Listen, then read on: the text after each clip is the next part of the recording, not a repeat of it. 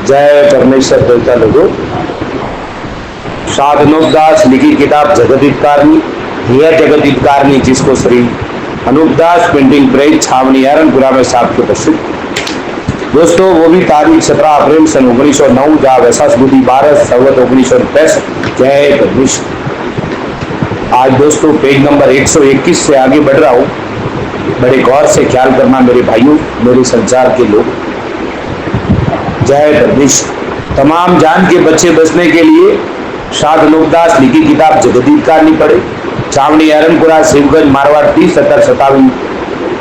संपर्क के लिए दोस्तों 029762730224 और मोबाइल नंबर है दोस्तों 8905653801 पर संपर्क करें। जय परमेश्वर।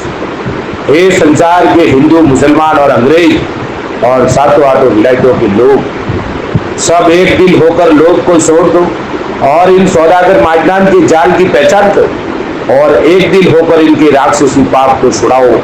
जब तुम्हारे बाल बच्चे बसेंगे, नहीं तो यह सौदागर माजन ऐसी है कि सबको आपस में लड़ा के मार देगी। जय परमेश्वर। दोस्तों आज पेज नंबर 121 से आगे बढ़ रहा हूँ। बड़े गौर से ख्याल करना मेरे भाइयों, मेरे संसार के लोग। जय परमेश्वर।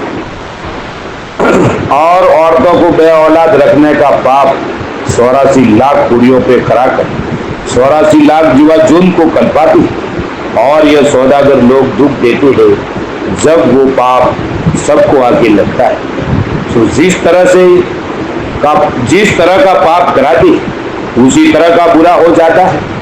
जिसको परसा वो परमेश्वर की कुदरत ख्याल करके बैठे और इन सौदागरान ने पहले से ही ऐसी ऐसी बातें सलाह दी है और कोई कोई पोथी टिप्पणों में भी लिख दिया कि ऐसा कर्ज जावेगा कि लोग माँ बहन से हराम करेंगे। तो जैसे भूल पड़ती जावेगी और राक्षसी पाप से बनिए लोग बुद्धि संसार के लोगों की फेरते जाएंगी और अपन लोगों को कौन सी खबर पड़ती है कि हमारी बुद्धि बनियों ने पाप से फेर दी। तो फिर संसार के लोग जानवरों के मुआफिक माँ बहन से बुरे कर्म करने लगेंगे, क्योंकि जानवर कौन सा समझते हैं कि हम माँ बहन से बुरा काम करते हैं। इसी तरह से संसार के लोगों की बुद्धि भ्रष्ट होकर जानवरों के मुआफिक हो जाएगी जब माँ बहन से हराम करेंगे। सो सब संसार के लोग इस जाल को एक दिन होकर बहुत जल्दी छुड़ाओ कि जो ऐसा वक्त नहीं आता कि जो संसार के लोग माँ बहन से पद ब होश बस्त करें, जिससे पहले इस जाल को छुड़ाने का बंदोबस्त करें कि जो तुम्हारे सब संसार की औलाद नहीं बिगड़ी। सो भाई मेरे हो, मैं अच्छी तरह से तुमको समझाता हूँ कि यह परमेश्वर की कुदरत नहीं, यह तो बनियों के राक्षसी पाप की कुदरत। सो इसको हेत करके छुड़ाओ, क्योंकि इन सौदागरान ने संसार की अकल ऐसी खराब कर दी है जिससे तुमको जमीन माता के शरीर की बीमारी का हाल मालूम नहीं होता कि जमीन माता जीवता जीव या मरी हुई है। देखो भाई, जमीन माता तो जिंदा जीव और अमर है, मरी हुई नहीं। अगर से मरी हुई होती तो सूख कर कब की गल जाती, तो संसार इस जमीन माता के ऊपर कहां से रहता। सो ख्याल करने की बात है, क्योंकि जमीन माता तो जिंदा जीव है जिससे कुल चीजें इसके ऊपर पैदा होती और संसार इसके ऊपर रहता है। और यह तो तुम सब संसार को बनियों ने अपने राक्षसी पाप से भुला रखा, जिससे तुम सब संसार को ऐसा ही सीखता है, क्योंकि जो बनिए जमीन माता के नाम का पाप कराते हैं, जिसको सब संसार पर्चा पर्चा कहते हैं और खुश होते हैं, और बनिए भी जायदारी में सब हिंदू मुसलमान के सामने पर्चा पर्चा कहते हैं, परंतु ये बनिए अपने दिल में खुश होते हैं कि हमारा राक्षसी पाप चल रहा है, कि जिसको सब संसार और राजा बादशाह और रेत वगैरह परसा जानते हैं, और बनिए तो अपने राक्षसी पाप को खूब जानते हैं, परंतु ये बनिए अपने राक्षसी पाप से अपने पाप की खबर तुम राजा बादशाहों को नहीं पढ़ने देते और मुझ गरीब साधु को इन बनियों ने अपने राक्षसी पाप से कल्पाया है जब मुझको इनके राक्षस की पाप की खबर पड़ी। Page number 122। जय परमेश्वर। और जब तक कि मुझको राक्षसी पाप से नहीं कल पाया था, जब तक मैं भी अंधों की तरह से था। परंतु जबकि इन्होंने मुझको अपने राक्षसी पाप से दुखी किया, जब मुझको इनके जाल की खबर पड़ी, लेकिन तुम संसार के लोग तो अब तक बेखबर हो, जिसकी खास वजह यह है कि तुम लोगों की अकल इन बनियों ने अपने राक्षसी पाप से खराब कर रखी है, जिससे इन बनियों की तुमको खबर नहीं पड़ती। इससे अब मैं सब संसार के बच्चे बचने की गरज से इन सौदागरान की राक्षसी जाल से वाकिफ करता हूँ कि जो कुछ जमीन को रोग हो रहा है और कच्ची उम्र में मरते और मंदिरों की पुतलियों को जमीन फाड़ के बाहर निकाल देती, सो यह सब फितूरान सौदागरान की राक्षसी पाप का है, जिसको तुम सब संसार के लोग और राजा बादशाह और रियत वगैरह मिलके और एक दिल होके इन्हों के राक्षसी पाप को छुड़ाओ तो संसार की औलाद को सुख प्राप्त हो। और इन सौदागरान ने अपने राक्षसी पाप से तमाम जान के राजा बादशाह की अकल और रियत वगैरह की अकल ऐसी खराब कर दी है कि जिसका हाल मैं कलम से नहीं लिख सकता, क्योंकि राजा बादशाह इन बनिए नमक हरामों को ही सच्चा जानते और सबों को झूठा। हालांकि तमाम हिंदू मुसलमान सच सच बात कहते हो तो भी झूठा समझते और सौदागर महाजन साहब झूठ बोलते हो तो उनको ही सच्चा समझते। सो यह सारा सबब राक्षसी पाप का है। परंतु हिंदू मुसलमान इन बनियों को माँ बाप के बराबर जानते तो भी यह बनिए झूठे सच्चे कागज कर्जा हिंदू मुसलमान के नाम से बना के रख छोड़ते और कुछ दिन गुजरने के बाद उन्हों से झगड़ा करके उस झूठे सच्चे कर्जे में उन गरीब के घर का माल असबाब और गाय बैल और भैंस वगैरह जिस कदर माल उसके घर का निकलता है कर्जे में वसूल कर लेते हैं और एक कागज जाली और उस पर अपने दस्तखत और अपने कामदार की और 2-4 गवाह के दस्तखत करा के रख छोड़ते। और जबकि अदालत में किसी तौर से नालिश का काम पड़ता है तो ये बनिए उस कागज जाली सबूत को पेश कर देते हैं और अदालत उस जाली कागज को सच्चा जानती और बनिया उस कागज को पेश करके सच्चा हो जाता है। सो बनियों के रूबरू गरीब आदमी अदालत में झूठा हो जाता है।